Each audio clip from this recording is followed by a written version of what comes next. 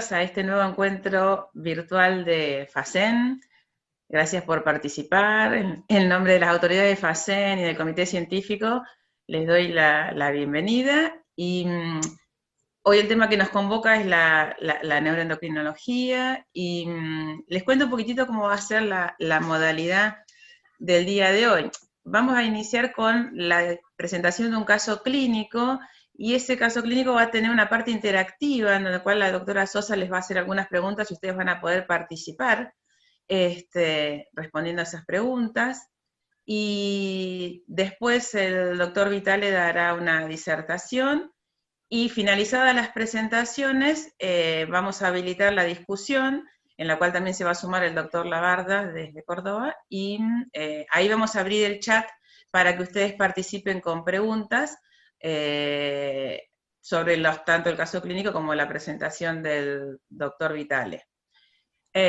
Ahora para mí es un gusto darle la participación, la entrada a la doctora Patricia Dogliani, que es la actual presidente de la Sociedad de Endocrinología y Metabolismo de Córdoba, que es la sociedad anfitriona de este Ateneo. Patricia. Hola a todos, ¿cómo están? Hermosa tarde para compartir un Ateneo que realmente nos hace y nos pone muy feliz que sea Córdoba, digamos, ya que esté representando en este momento a este Ateneo regional. Gracias a todos por permitir que esto se abriera. Gracias Virginia, Pablo y a todas las autoridades de FACEN para que sea tan federal. Un año realmente diferente, pero muy federal. Estamos muy contentos todos. Yo tengo la alegría y el placer de presentar a la doctora Gabriela Sosa, que en realidad es una médica sumamente entusiasta, es una médica sumamente comprometida, curiosa, que sin ella yo creo que no se podrían ver casos como este que se ha visto. Yo agradezco pertenecer al mismo grupo donde trabaja ella es staff del Sanatorio Allende, es endocrinóloga y pertenece al departamento de neuroendocrino de nuestra sociedad. Y bueno, el caso clínico que va a hablar realmente es muy interesante, pero sigo insistiendo en que si no fuera ella, quizás se hubiera perdido el caso. Bueno, Gaby. Bueno, gracias, Pati. Gracias.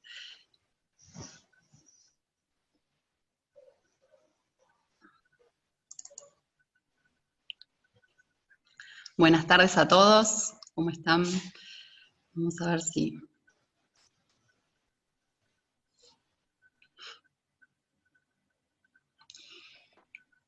logramos compartir la pantalla para dar inicio.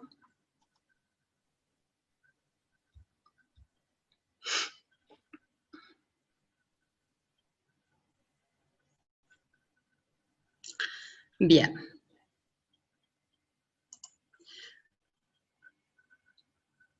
Perfecto. Bueno, vamos a dar comienzo al caso clínico del día de hoy. Acá se trabó un poquito, ¿no? Tarda a veces. Sí, vamos a darle tiempo, perfecto. Bien. Bueno.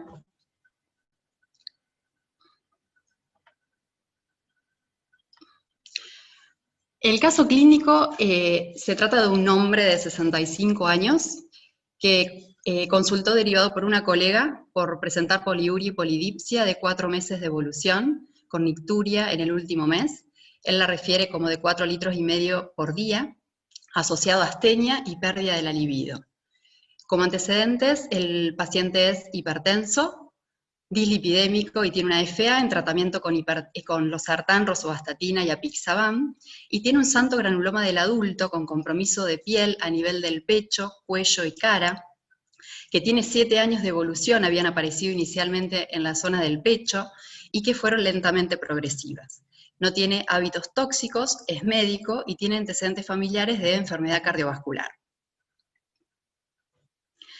Al examen físico presenta signos vitales dentro de parámetros normales, un índice de masa corporal de 26, y las lesiones que presenta a nivel de la piel, del tórax, cuello y cara, en las 3 primeras imágenes, son lesiones nódulo-papulares de color nacarado sobre una base eritémato-violácea, que a la palpación estaba endurecida, era consistencia símil cuero, y que a nivel del cuello, el surco nasogeniano y la región palpebral presentaba unas lesiones símil santelásmicas. También tenía a nivel de la piel de la región lumbar una lesión violácea de 7 centímetros de longitud que tenía el mismo tiempo de evolución. Viene con un laboratorio con una glucemia alterada en ayunas, una intolerancia oral a la glucosa, un hemograma, una función renal y hepática normales, un HDL bajo, una eritrosedimentación y una PCR aumentadas, una hipernatremia con una osmolaridad plasmática aumentada, la diuresis que se confirmó de 4,5 litros y una densidad urinaria baja. Por lo cual estábamos frente a un paciente que tenía una diabetes insípida. Él trae en esa primera consulta una resonancia de hipófisis, donde se puede ver una lesión que infiltra adenohipófisis y tallo hipofisario, que contacta íntimamente con el quiasma óptico. Se puede ver en este corte sagital la ausencia de la hiperintensidad de señal en T1 de la neurohipófisis, y tiene un diámetro anteroposterior de 9,4 milímetros. Esta lesión capta en forma homogénea el contraste endovenoso, y en los cortes coronales se ve cómo contacta con el quiasma óptico y que tiene un diámetro transverso de 6,7 milímetros. Vamos a pasar entonces a la parte interactiva de la presentación. Vamos a la primera pregunta. Estamos frente entonces a este paciente de 65 años con estas diabetes insípida, esta lesión a nivel de la resonancia. ¿Usted haría biopsia de hipófisis en este paciente, sí o no?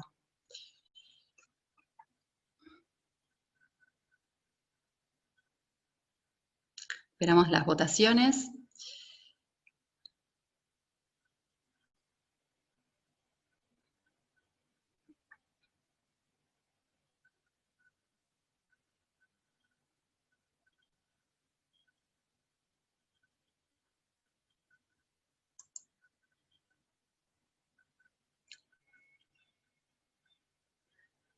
Bien, bueno, no, va ganando.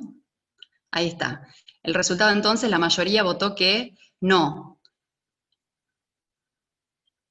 haría biopsia de hipófisis, al menos no en este momento, ¿sí? Así que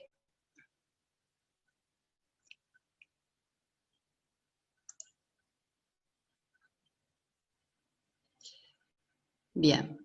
A ver, para seguir.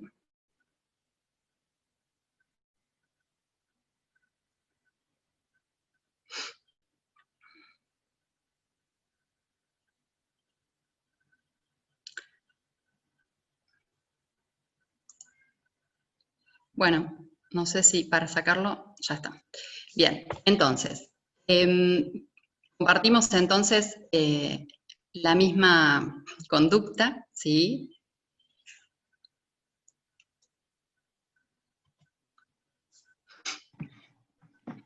Disculpa, Gabriela, vos la seguís viendo la votación, podés seguir con tu presentación, ¿eh?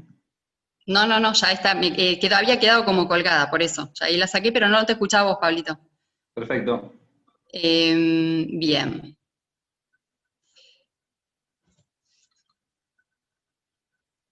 No sé por qué está como trabada la presentación.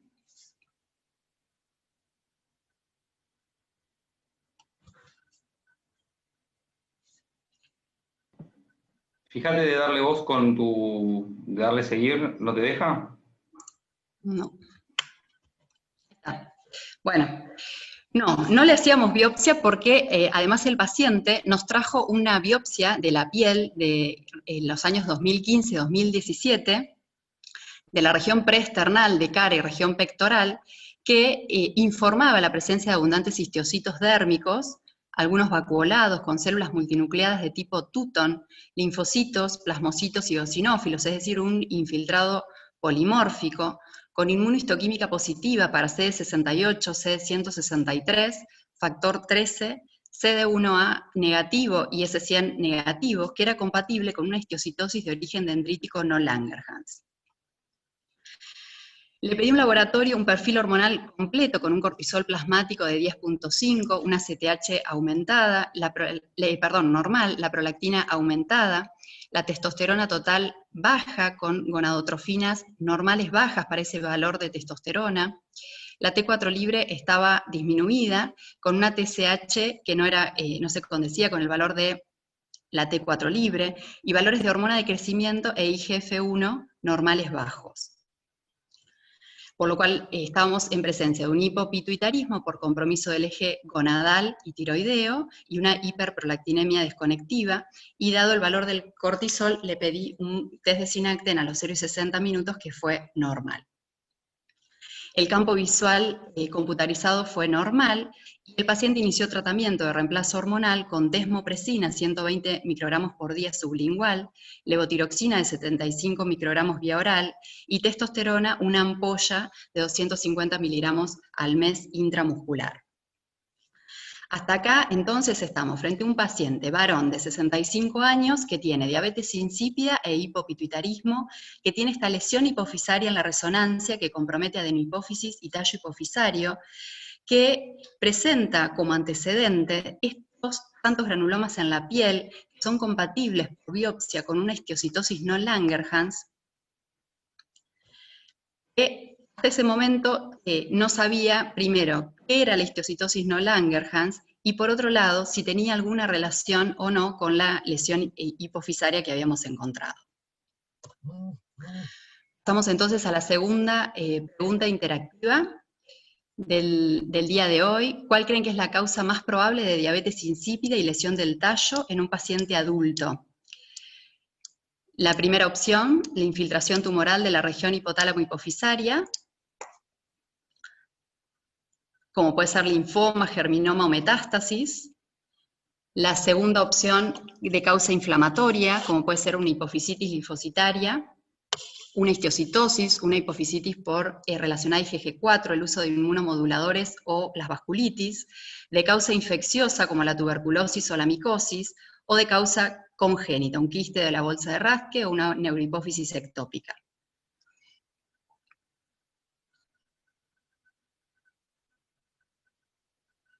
No sé. Ahí está para votar.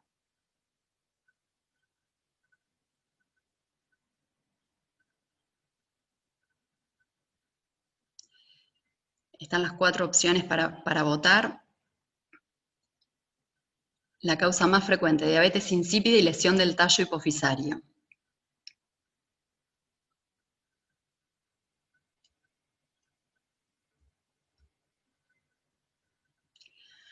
Bien, va ganando la opción 2. Perfecto. La causa inflamatoria, entonces, está en primer lugar. Votaron como segundo lugar la causa tumoral, seguida por infecciosa con un 5%, y alguien votó también la causa congénita. Bien, bueno, a ver.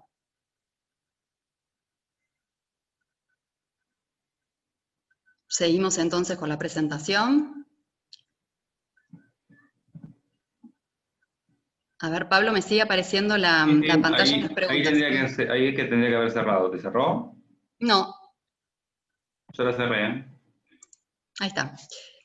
Viene en delay. Bueno, viene con delay. Entonces, sí, viene con delay acá. Bien, entonces dentro de las causas, habían votado como la más común la causa inflamatoria.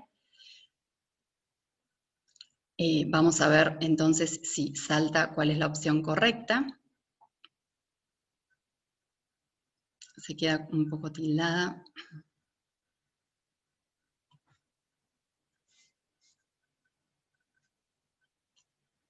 Después de las preguntas. Ahí estamos. Muy bien. También, la causa inflamatoria entonces es la causa más común, más frecuente. De acuerdo a este artículo publicado recientemente, por un grupo belga-francés con un total de 38 pacientes que se presentaron igual que nuestro paciente con diabetes insípida y lesión del tallo.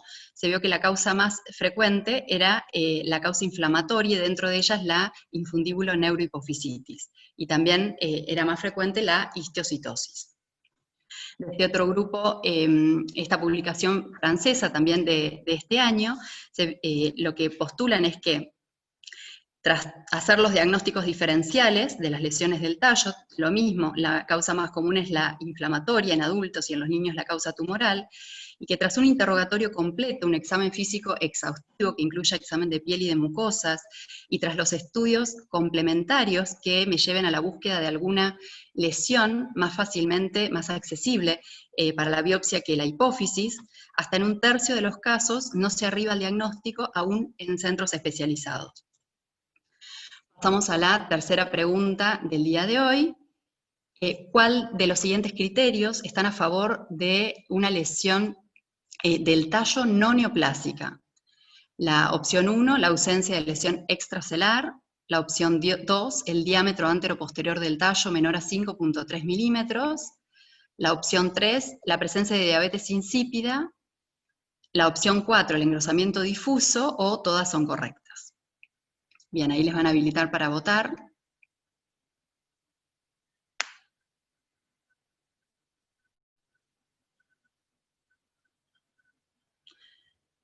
Bien. Bueno, va ganando todas son correctas. En segundo lugar, bueno, ahora vamos a ver bien cuando se cierre.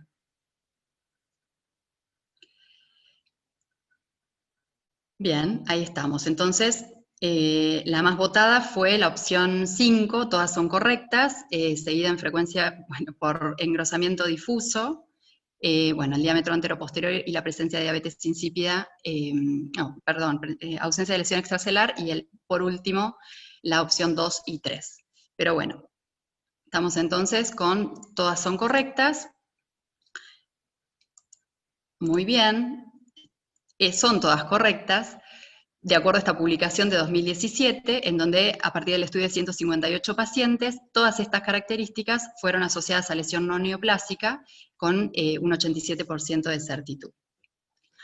Volviendo al caso clínico, los estudios complementarios que se solicitaron fueron una tomografía de tórax, abdomen y pelvis, que informó engrosamiento del intersticio pulmonar, a predominio de campos medios e inferiores y ganglios látero-aórtico y retrocavo de 13 y 12 milímetros respectivamente, una enzima convertidora de angiotensina para descartar sarcoidosis, valores de IgG4 séricos, proteinograma electroforético, PA-ANCA y C-ANCA y marcadores tumorales, que fueron todos dentro de parámetros normales. Le solicité un PET-CT, que lo que informó es un aumento de la actividad metabólica a nivel de la hipófisis, con un SV máximo de 8.1, o sea, una intensa actividad. También había captación a nivel del arco costal posterior izquierdo de la séptima costilla. Esto es la foto central, la imagen central es a nivel de la captación o la actividad dérmica. Tenía captación en ganglios mediastinales y una captación compatible con tejido blando infrarrotuliano, no óseo, también bastante intensa. Por lo cual, frente a esta gran actividad sistémica, al paciente que se presentó entonces con diabetes insípida, con esta lesión del tallo, me planteé los diferentes diagnósticos diferenciales que podían para poder detectar qué era lo que le estaba ocurriendo a este paciente, y encontré esta enfermedad, que es la enfermedad de Ergen-Chester, que se presentaba no como forma más frecuente, pero que podía ocurrir manifestaciones cutáneas que eran muy similares a las que tenía este paciente. Por lo cual había una alta sospecha diagnóstica de enfermedad de Ergen-Chester, la cual es producida por mutaciones, ¿sí?, activantes de una vía de replicación celular, que me llevaron a solicitar el estudio genético para confirmarla. Este estudio se realizó acá en Córdoba, el estudio del gen BRAF D600, en taco de biopsia cutánea, que fue negativo. Dado que la sospecha era muy alta de la enfermedad, el paciente aún persistía sin diagnóstico y sin tratamiento, con esas repercusión sistémica, esa imagen en hipófisis que desconocíamos la evolución que podía llegar a tener, Me contacté con un centro especializado en la enfermedad y en histiocytosis en el Hospital Pitié-Salpêtrière en París, en Francia, donde lo que nos ofrecieron es hacerle un estudio genético mucho más amplio en forma gratuita, y ahí se detectó la mutación MAP2K1, que es la que le sigue en frecuencia, confirmando la enfermedad. Este es el estudio genético del paciente. A la derecha se puede ver todo el panel de genes que se le realizaron, y a la izquierda la mutación que se detectó. Por lo cual estábamos frente a un diagnóstico de una panhipofisitis, que había compromiso de adenohipófisis y de tallo, secundaria a una histiocytosis sistémica llamada enfermedad de Erdheim-Chester, que esta enfermedad siempre fue, o había sido siempre clasificada como histiocytosis de tipo no Langerhans, pero que en el año 2016, o sea, una clasificación reciente de la Sociedad de Histiocytosis, la agrupa dentro del grupo L junto con las histiocytosis de Langerhans, debido a que en más de un 80% de los casos comparten las mismas mutaciones y responden a la misma terapéutica. La enfermedad de Erdheim-Chester tiene como manifestaciones más frecuentes la osteosclerosis de diáfisis y metáfisis de huesos largos de miembros inferiores y de senos faciales, por lo cual le solicité radiografías de huesos largos y TAC de macizo facial que fueron normales. Afecta con compromiso de la grasa perirrenal e infiltración de la aorta en cualquier nivel. Él tenía una tomografía tóraco-abdominal reciente que era normal. Y es frecuente también el compromiso pericárdico y de aurícula derecha, que puede manifestarse ya sea con un derrame mínimo o ser la primera manifestación un taponamiento cardíaco, y a nivel de la aurícula una lesión pseudotumoral. Son frecuentes y se pide de forma sistemática resonancia cardíaca, que también fue normal, por lo cual todas las manifestaciones más comunes estaban ausentes en este paciente. El paciente continúa en tratamiento con reemplazo hormonal, ajustándose la dosis a la clínica y al laboratorio. Estaba con una dosis de desmopresina de 180, la levotiroxina a 125 microgramos, la testosterona se acortó el periodo de las inyecciones y le agregó hidrocortisona 10 miligramos por día por descenso del cortisol plasmático asociado a astenia. El paciente inicia tratamiento específico de la enfermedad. Esto es en conjunto con el servicio de oncología, a una dosis de 15 millones de unidades por semana. La dosis estándar es de 9 millones de unidades por semana, dividido en 3 dosis semanales, pero cuando hay compromiso del sistema nervioso central se dan dosis más altas, por eso es la dosis que le indicamos al paciente.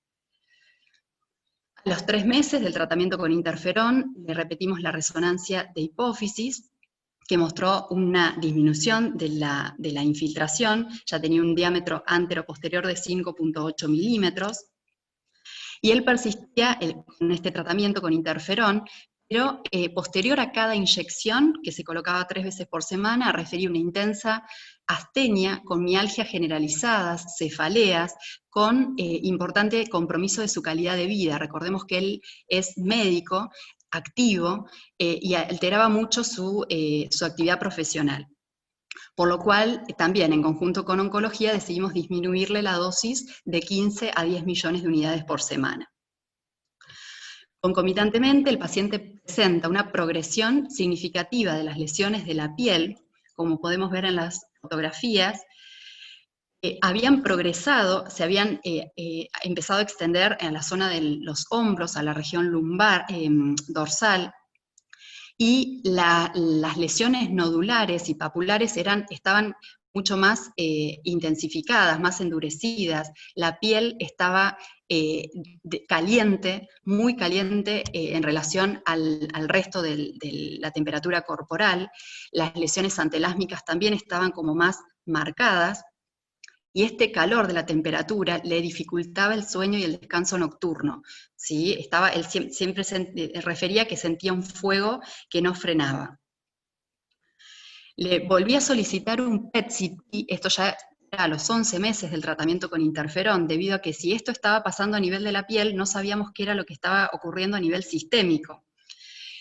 Lo que se pudo ver es un aumento de la actividad metabólica de la dermis, tanto de la región torácica, ¿sí?, del cuello y de la cara, compatibles con la evolución clínica, pero a nivel de la hipófisis había ausencia de la actividad metabólica, lo mismo que los ganglios mediastinales, y en lo que era la actividad costal y de la grasa infrarrotuliana estaban igual o disminuidos, es decir que solo había progresión dérmica.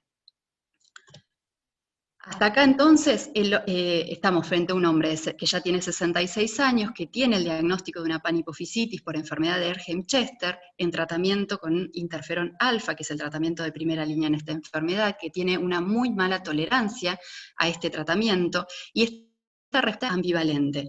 Un aumento de la actividad significativa a nivel de la piel, pero a nivel sistémico la hipófisis ya no captaba, y habían lesiones que habían disminuido.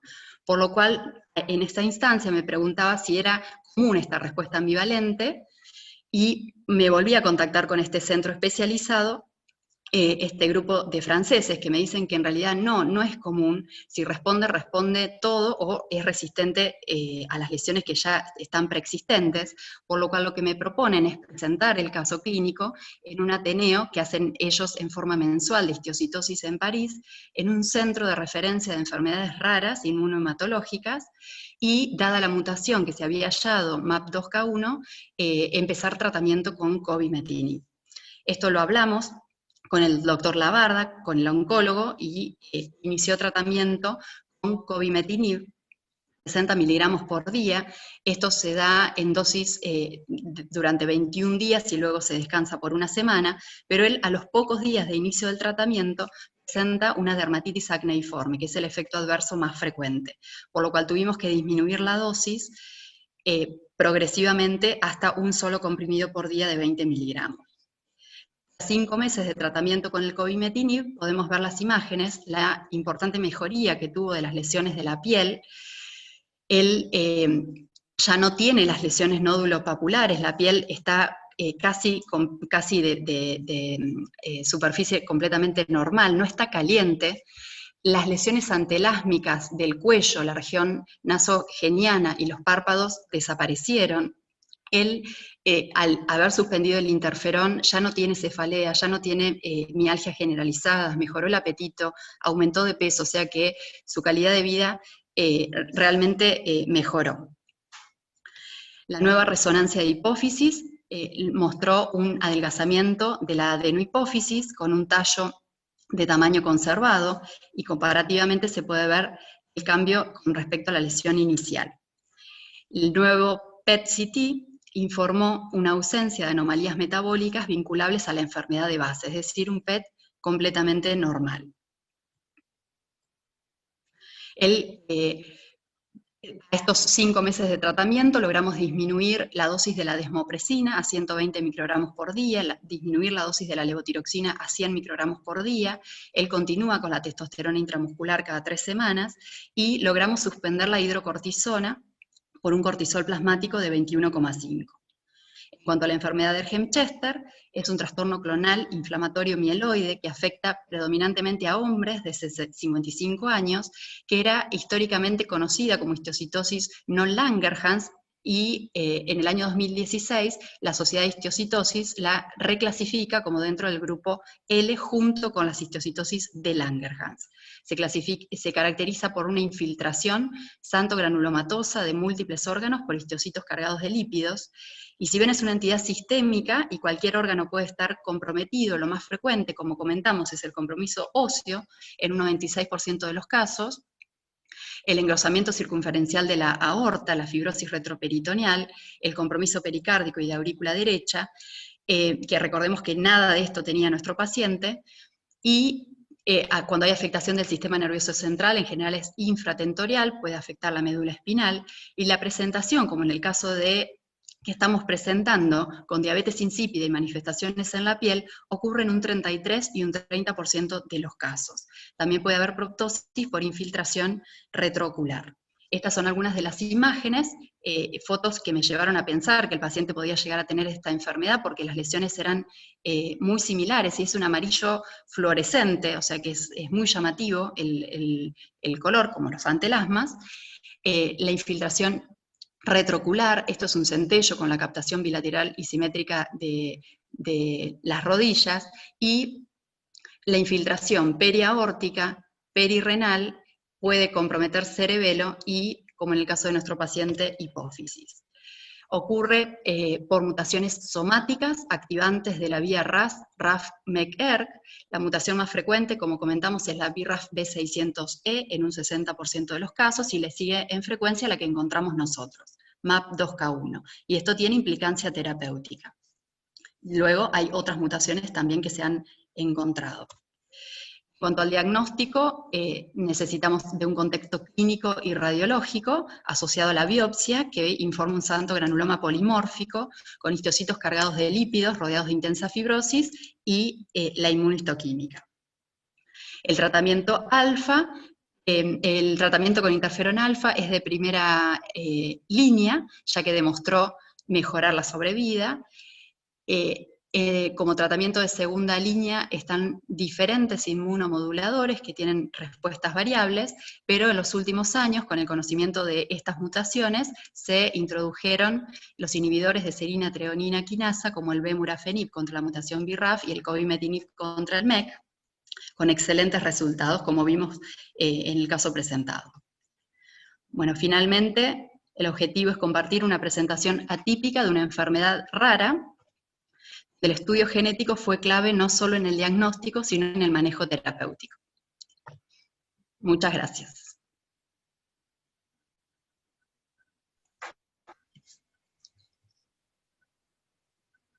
Excelente presentación, Patricia. Gabriela, perdón. Excelente tu presentación y un caso súper interesante. Pablo, ¿estás por allí? Pablo Noblovitz.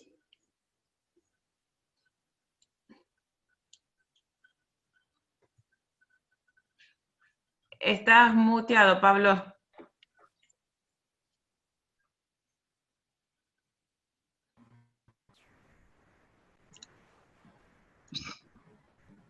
No se escucha. Estás muteado. Ahí está. Ahí está. Ahora. Digo, los anfitriones no me desmuteaban, no me querían dejar hablar. Bueno, muchas gracias, Gaby. La verdad que un caso, me parece extraordinario, ¿no? En algún sentido, y creo que hace honor a algo que yo muchas veces digo, y es que uno de los motivos por los cuales nosotros elegimos esta especialidad, y es que podemos dar respuestas terapéuticas a veces notables, ¿no? Mediante diferentes, en general mediante reemplazos hormonales o tratamiento de un exceso de hormonas, digamos, ¿no? Pero en este caso, alguien que venía sufriendo tan marcadamente un problema dermatológico que le producía un estrés personal además importante, como a partir de una manifestación endocrina, digamos, ¿no? Él no solo mejora ese problema endocrino, sino que mejora además su problema de base dermatológico. O sea que, la verdad que felicitaciones, porque me parece que bueno, nada, es un trabajo donde uno realmente siente que puede beneficiar y ayudar al que consulta, ¿no? Bueno, esto por un lado. Entiendo que las preguntas sobre el caso y las preguntas a Marcelo Vitale van a ir después de la presentación de Marcelo y de los comentarios del doctor Labarda, ¿verdad? Así que yo simplemente agradecerles a todos la presencia, como siempre, y pasar algunos avisos. Tenemos el 29 de septiembre, es un Ateneo especial de FASEM, que sobre síndromes hipofosfatémicos de la infancia a la adultez, que también se está elaborando a través de casos clínicos en los cuales se puede interactuar. Me parece que esta posibilidad de interactuar permite que uno tenga una participación algo más activa durante las presentaciones. Se está desarrollando ahora el curso de cáncer de tiroides, con 70 asistentes de diferentes filiales. La primera edición del curso fue el viernes pasado, y luego se va a sumar el curso de neuroendocrinología. Bueno, después anunciaremos cuándo es el próximo Ateneo Regional, que será el mes que viene. Y quiero también anticiparles que tenemos ya casi fecha, por lo menos periodo cierto, para el Congreso Internacional de Endocrinología, que era el 2020, presencial en Buenos Aires, y que va a ser 2021 virtual, que va a ser a fin de febrero, los últimos días de febrero. Y estamos tratando de adaptar el programa, ya casi lo adaptamos de lo presencial a lo virtual, con lo cual pronto ustedes van a tener las fechas y todo el programa disponible. Yo calculo que en los próximos 2 o 3 semanas. Así que, bueno, agradecer por supuesto a todos los que siempre participan activamente aquí, como Virginia Masseimer, y a nuestros operadores ilustres de Zoom, Pablo Costanzo y Adrián Campelo, y por supuesto también a Gabriela, a Marcelo Vitale y al doctor Labarda por la participación hoy. No sé, Virginia, si me olvido de algún aviso parroquial. No, creo que no. Bueno. Y si no, al final, antes de que se vayan, recordamos. Bueno. Entonces, pero lo importante es el próximo Ateneo dentro de 15 días, que ya lo dijiste, sí, y el otro va a ser de septiembre. Exacto. Bueno, entonces vamos a dar paso a la presentación del doctor Marcelo Vitale, conocido miembro de la comunidad, pero recordemos que es médico endocrinólogo, es coordinador de la sección de neuroendocrinología del Hospital Santa Lucía de la Ciudad de Buenos Aires, fue miembro fundador de la Sociedad Latinoamericana de Neuroendocrino, ex vicepresidente de SAEM, y es docente de posgrado en el área de endocrinología. Y él nos va a hacer una puesta al día sobre hipofisitis y lesiones de tallo hipofisiario. Después, al finalizar la charla del doctor Vitale, se va a habilitar el chat para preguntas, y ahí se va a incorporar el doctor Labarda, que es médico especialista en oncohematología y es miembro del staff del Servicio de Oncohematología y Trasplante de Médula Ósea del Hospital Allende de Córdoba. Bien, Marcelo Vitale, el auditorio es tuyo.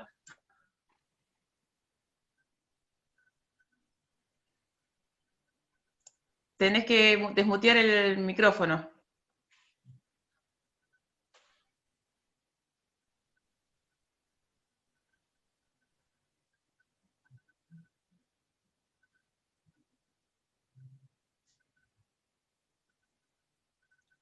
¿Podés? Adrián o Pablo le pueden... Ahí está, ahí está.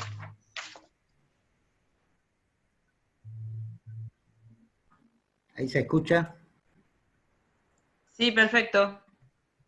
Bueno, quería agradecer ante todo a las autoridades por la invitación, tanto a la Sociedad Cordobesa como a FACEN por la invitación, por el honor de estar con ustedes. Y bueno, vamos a iniciar un repaso de estas patologías raras, en general, como ya se ha demostrado, en este caso tan interesante que presentó Gabriela. Bueno, siempre decimos que es un desafío diagnóstico y terapéutico el hecho de hacer un diagnóstico de una hipofisitis autoinmune. Definimos que es una infiltración difusa de linfocitos, plasmocitos y macrófagos de la glándula hipofisaria asociada con destrucción focal o total más fibrosis de la misma. La primera descripción, para hacer un poco de historia, fue allá por el 1962. Wood y Pickerton hacen la primera publicación de un caso por necropsia en donde una paciente de 22 años que fallece por un posparto, en donde encuentran una tiroiditis autoinmune y además en la hipófisis se encuentran una infiltración linfocitaria y asociaron ambas patologías, y de ahí que le pusieron el nombre de hipofisitis linfocitaria, o sea, como para hacer un poco de historia. ¿Cómo se clasifica la hipofisitis? De dos tipos, la primaria y la hipofisitis secundaria. La primaria básicamente se divide en dos partes, digamos, las imágenes histopatológicas de lo que aparece en la biopsia, y por otro lado lo anatómico o la localización que se puede encontrar de esta patología a nivel de la región hipotálamo-hipofisaria. De la histopatología, podemos decir que se dividen en las linfocíticas, granulomatosas, xantogranulomatosas, xantomatosas, necrotizantes y relacionadas con la enfermedad de IgG4. Acá vemos un tejido normal de una tinción de hematoxilina y eosina de tejido hipofisario, y acá a la derecha lo que es la hipofisitis con la invasión de los linfocitos, como se ven también en estos cortes más abajo.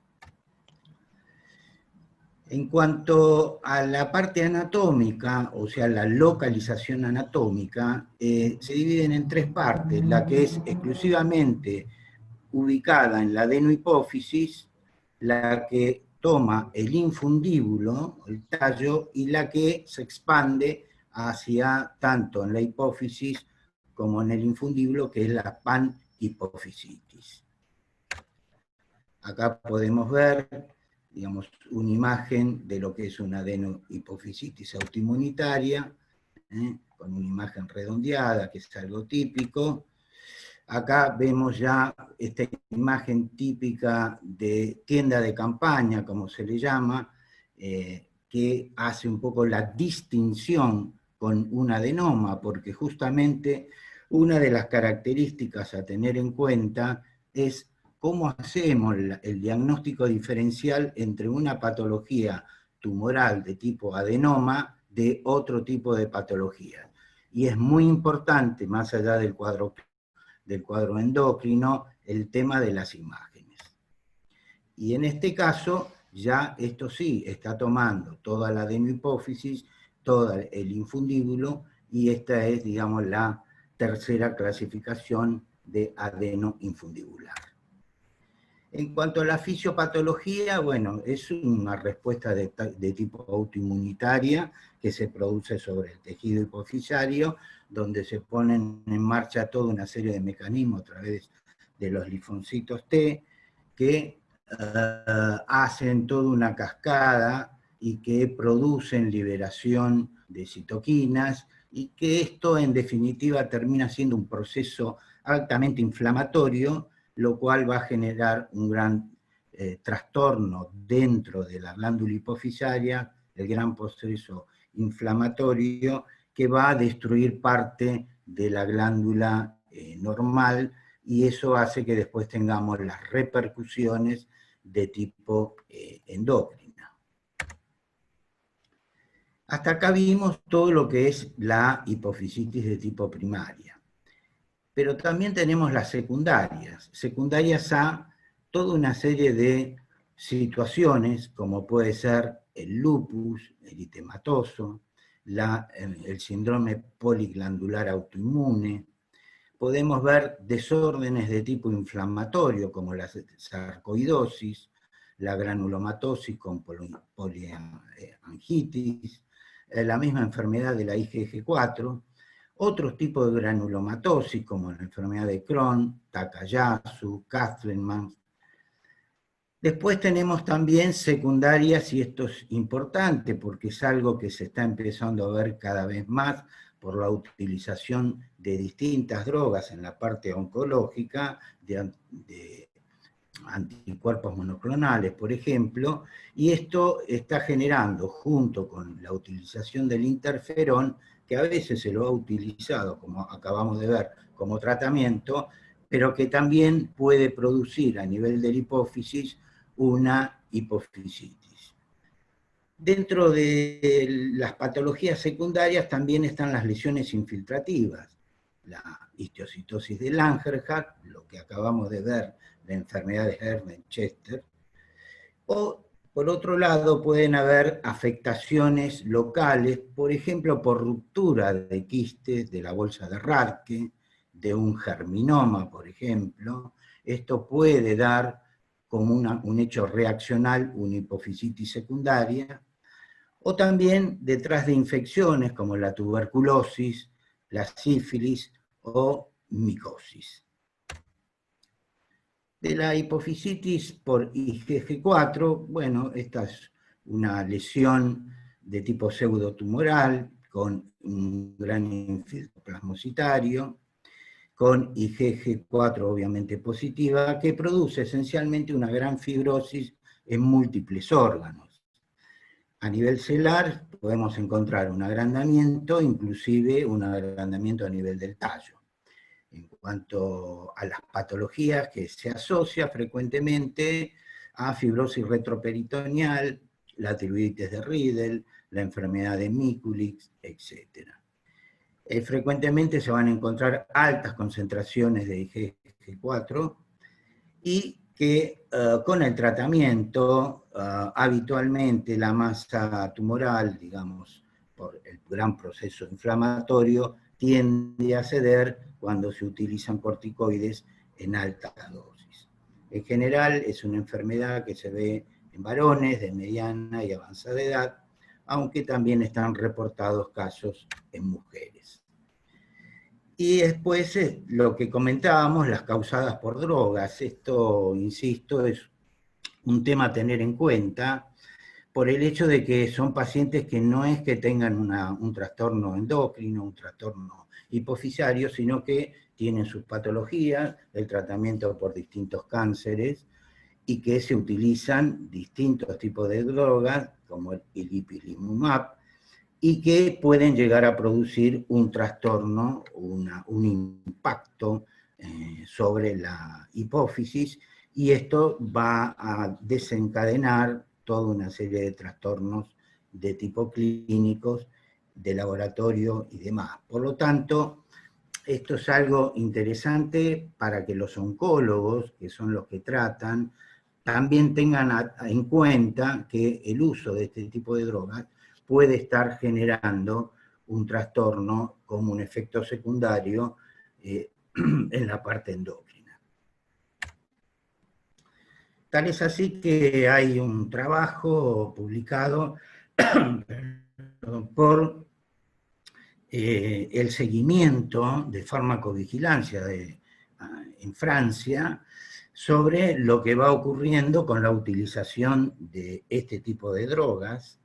Acá es un trabajo donde utilizan distintos tipos de drogas, son alrededor de 100 casos, donde se usa el ipilimumab, el nivolumab, el pembrolizumab, el ipilimumab más el nivolumab, utilizados en conjunto en distintos tipos de cánceres, y lo que se ha visto cuando uno suma todas las lesiones hipofisarias, las hipofisitis que generan, prácticamente en esta serie, el 100% de los casos presentaron algún grado de hipofisitis, lo cual me parece que es una llamada de atención.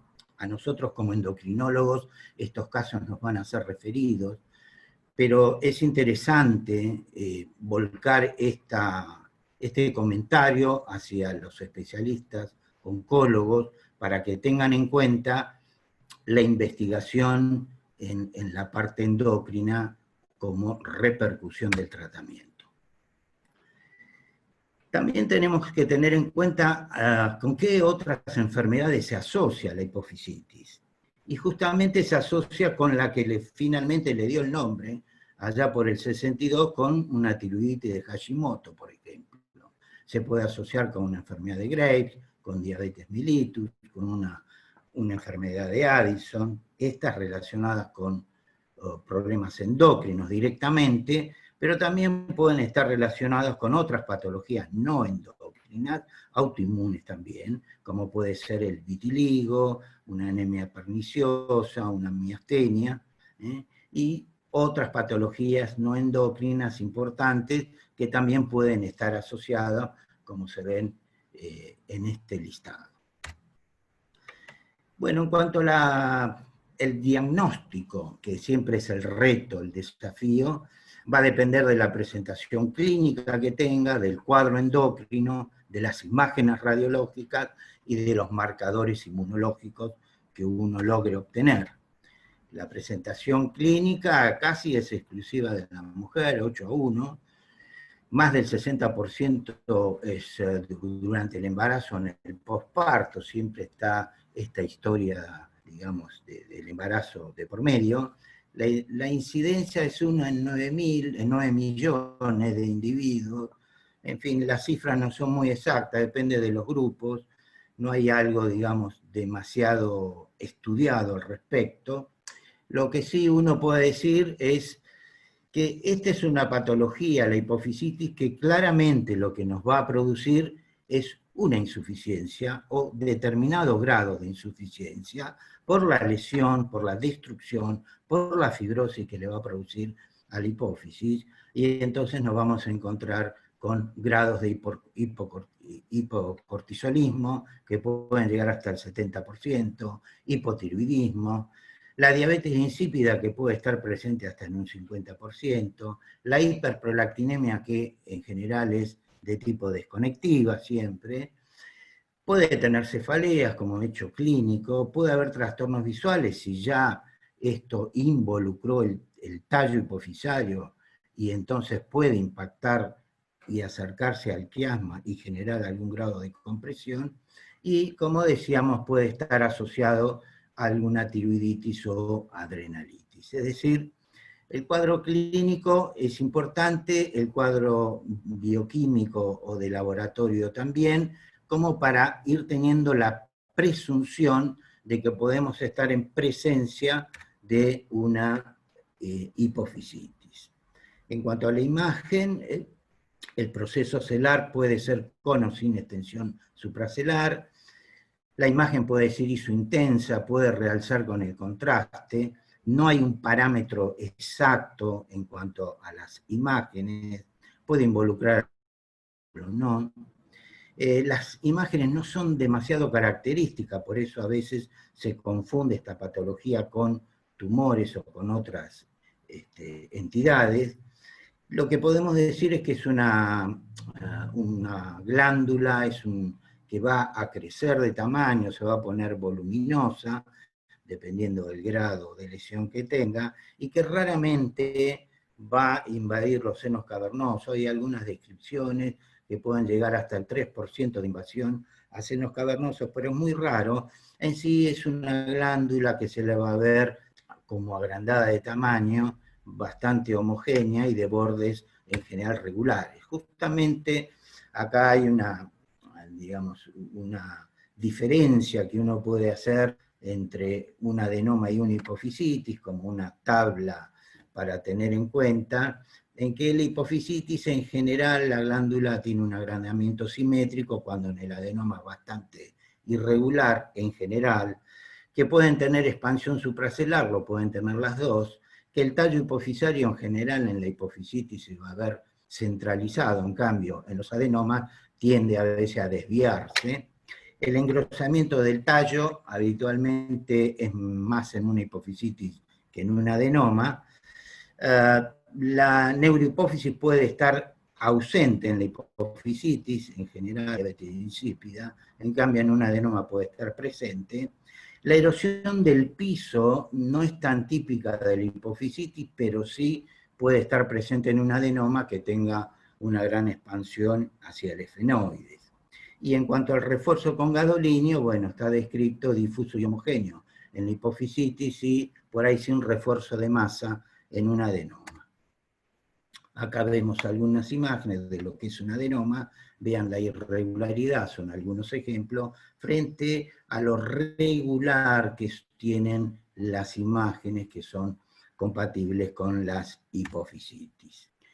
En cuanto al laboratorio, bueno, las determinaciones hormonales nos van a hablar si hay insuficiencia o no. Se pueden pedir anticuerpos hipofisarios, es difícil en la práctica clínica de encontrarlos en disponibilidad.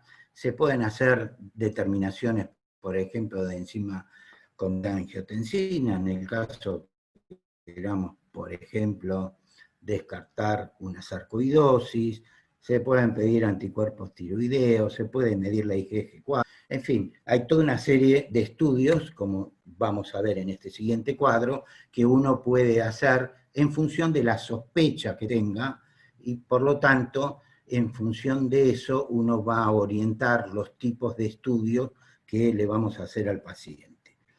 Lo que sí es importante que si uno sospechamos que el paciente por la imagen pueda ser una hipofisitis, tenemos que buscar la causa primaria o causa secundaria y por lo tanto podemos hacer una investigación, digamos, sistémica para ver si encontramos y podemos diagnosticar la patología sin llevar al paciente a la cirugía.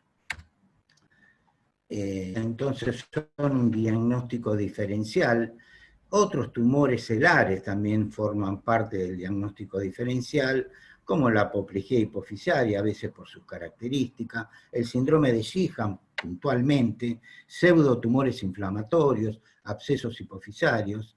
El Sheehan por ahí es algo que también hay que tener en cuenta. Bueno, la característica que más, digamos, lo va a definir es que siempre hay una relación con una situación de posparto, con una hemorragia posparto. Obviamente si es un hombre se descarta el tema del Sheehan.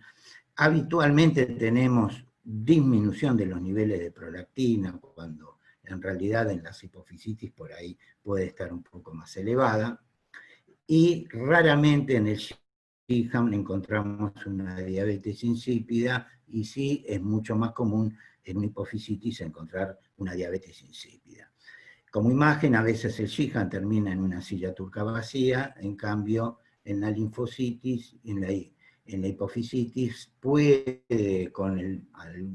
está relatado que con el tiempo pueda terminar en una silla turca vacía, pero en general lo que vamos a encontrar es masa de tipo tumoral. Y por supuesto que el diagnóstico de certeza va a ser siempre por la biopsia o por la cirugía. La cirugía habitualmente se va a hacer o porque no hicimos un correcto diagnóstico, cosa que era lo que ocurría hasta hace muy poco y aún hoy ocurre, que se piensan que es un adenoma u otra patología, el paciente se opera y viene como informe que es una hipofisitis autoinmune. Es una lástima porque eso no es la curación. La cirugía en una hipofisitis sirve como diagnóstico de certeza. Las biopsias de hipófisis en general se pueden hacer, pero en realidad terminan siendo una misma cirugía porque el procedimiento básicamente es el mismo. Y entonces siempre lo que uno plantea en estos casos es, bueno, lo que uno tiene que tratar de evitar, estar muy seguro o descartar realmente que no se trata de una hipofisitis para llevar al paciente a la cirugía. A veces no hay otra situación, los casos se parecen similares, uno no encuentra otras patologías relacionables o asociadas, y entonces, bueno, el diagnóstico finalmente viene o termina siendo por lo que nos informa el patólogo. Pero lo ideal es tener, digamos, esta sospecha para evitar justamente llevar al paciente a una cirugía que no tiene mayor razón, salvo que sea una de estas hipofisitis realmente muy agresivas y que comprometen mucho el quiasma y que no son respondientes a ninguno de los tratamientos, obviamente. Y como tratamiento entonces está la cirugía, que vimos que está cuestionada, salvo para situaciones especiales, y si no, el tratamiento primero de elección va a ser la utilización de prednisolona o de metilprednisolona, de corticoides en general en altas dosis, y si finalmente esto no funciona, se pueden utilizar terapias antiinmunitarias como el metotrexato, el azatioprime, o biológicas como el rituximab, y finalmente, y más raramente, si la cosa no, y el caso no se puede controlar, en situaciones extremas, puede llegar a utilizarse la radioterapia. Este es un caso de una hipofisitis adenoinfundibular de una paciente ya hace muchos años que había tenido un gran compromiso visual por una tumoración, en ese momento se operó y terminó siendo una hipofisitis. Y finalmente este es un caso que se trataba cada vez que la paciente tenía un engrosamiento del tallo y un crecimiento. El tratamiento que se hacía era con corticoides y, como vemos en la imagen inferior derecha, la paciente terminaba teniendo una tumoral solamente con la utilización de corticoides en alta dosis.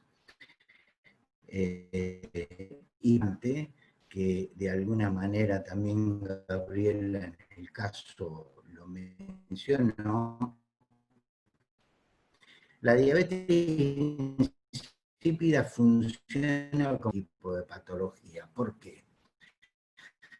Porque en la medida que mejora, nos está hablando de que hay una mejoría en todo el cuadro, en la dosis de desmopresina, o directamente la suspende. O sea, insípida que mejore bajo un tratamiento, nos habla de un muy buen pronóstico.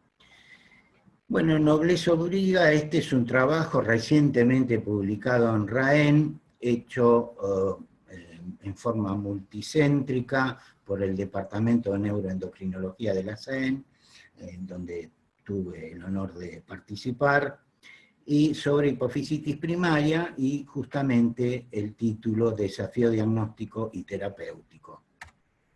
27 casos, 22 mujeres y 5 varones. El 50% de estos casos fueron diagnosticados por el cuadro clínico y radiológico, pero vean ustedes que el 50% solo se hizo el diagnóstico por la cirugía. Y esto es lo que, insisto, uno, en la medida que mejore nuestro diagnóstico, evitamos llevar a un paciente a una cirugía que sabemos que vamos a curar, porque esto no es un adenoma, ¿sí?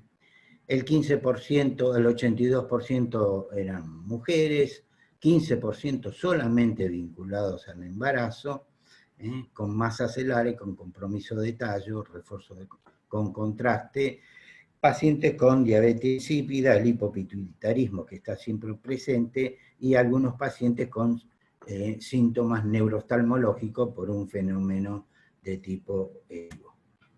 Y finalmente, en hipofisitis tenemos este cuadro que me pareció interesante, este algoritmo, donde se hace el planteo de cuál es el escenario clínico, cómo debemos investigarlo, cómo debemos llegar al diagnóstico, cómo se debe hacer el diagnóstico.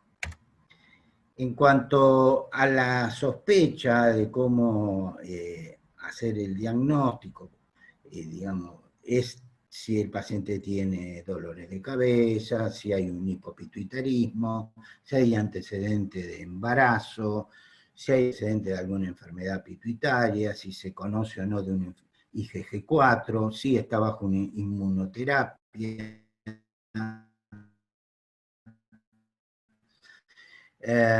En cuanto a no en forma a una hipofisitis por sus contornos regulares, si presenta un hipopituitarismo, si hay diabetes insípida puntualmente, este es un dato más que interesante, y si esto ha sido un hallazgo incidental en un paciente que, por ejemplo, estaba haciendo un tratamiento de inmunoterapia. Todo esto nos lleva entonces a hacer una serie de planteos diagnósticos que van desde las imágenes, a través de resonancia, una correcta anamnesis, un perfil de todo el cuadro hormonal y analítico del laboratorio, ver y considerar, dependiendo si sospecha que puede haber algo sistémico, a estudios desde la utilización del PET, desde rastreos, desde estudios radiológicos, etcétera, hasta que finalmente uno puede considerar hacer una biopsia, una cirugía, si no queda claro para llegar al diagnóstico. Lo ideal es que el diagnóstico sea sospechado, indicado, porque dijimos que el diagnóstico en definitiva la certeza la va a dar la anatomía patológica. Finalmente, el tratamiento, una vez que ya estamos bajo la sospecha de que esto es una hipofisitis, y bueno, es el tratamiento del hipopituitarismo, de la diabetes insípida, obviamente. Si es una hipofisitis que entendemos está siendo inducida por drogas, y bueno, ahí habrá que plantear con el oncólogo la posibilidad de suspender o rotar la medicación. Y después la posibilidad de desmasificarlo, la cirugía queda siempre como una alternativa última, la utilización de los esteroides, como vimos, en altas dosis, los inmunosupresores, el tratamiento biológico como rituximab, y la radioterapia, que acá en este esquema también se sigue planteando, se utiliza poco, pero puede ser a veces en situaciones muy severas que pueda llegar a utilizarse. Y finalmente, ¿qué pasa con el seguimiento? Que es el otro planteo.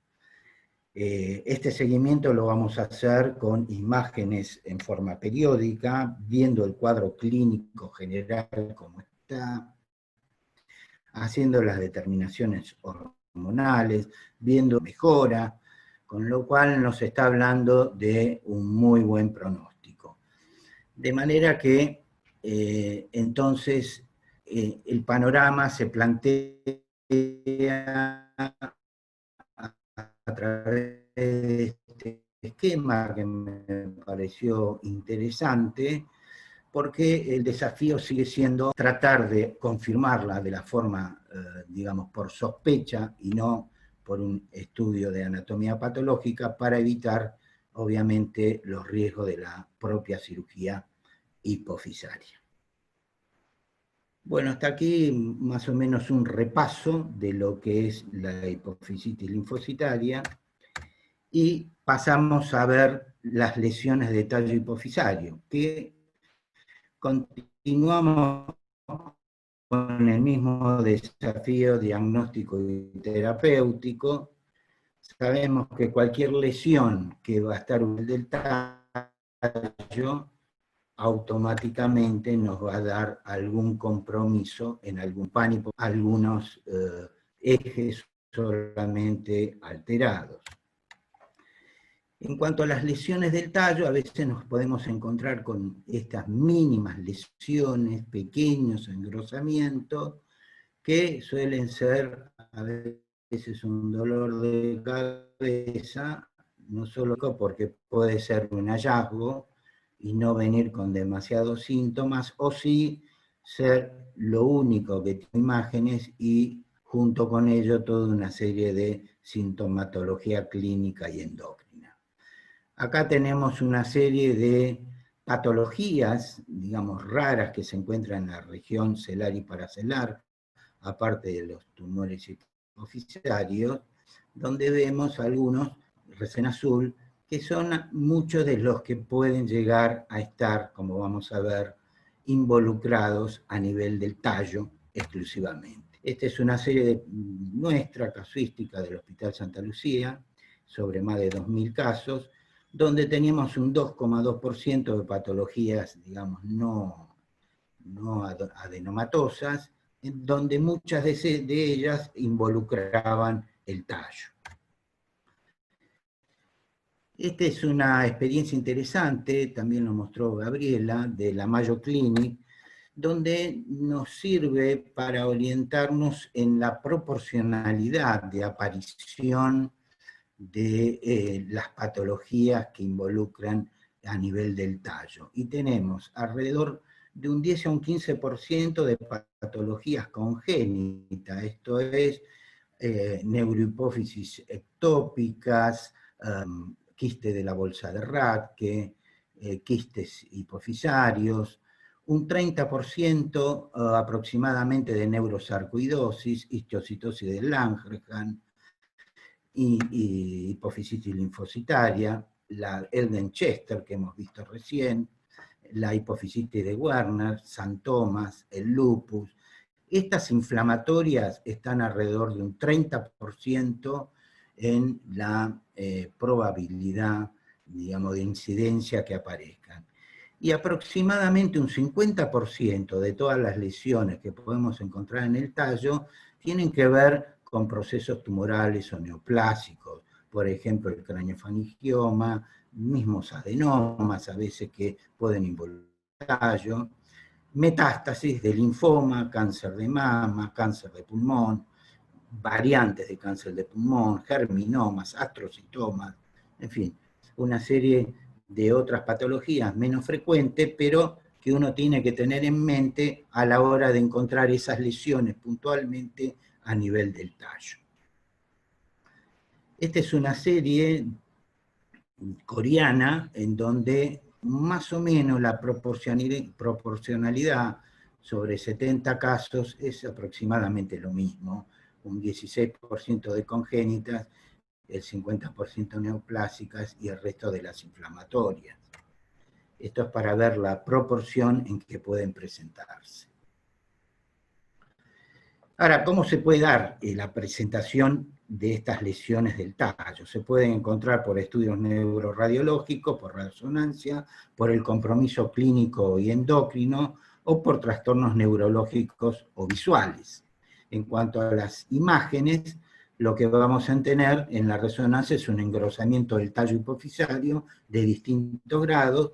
A veces puede haber imágenes quísticas, dependiendo de la patología, eso nos puede orientar, calcificaciones intratumorales, imágenes compatibles con hemorragia, en fin, situaciones por ahí un poco menos frecuentes.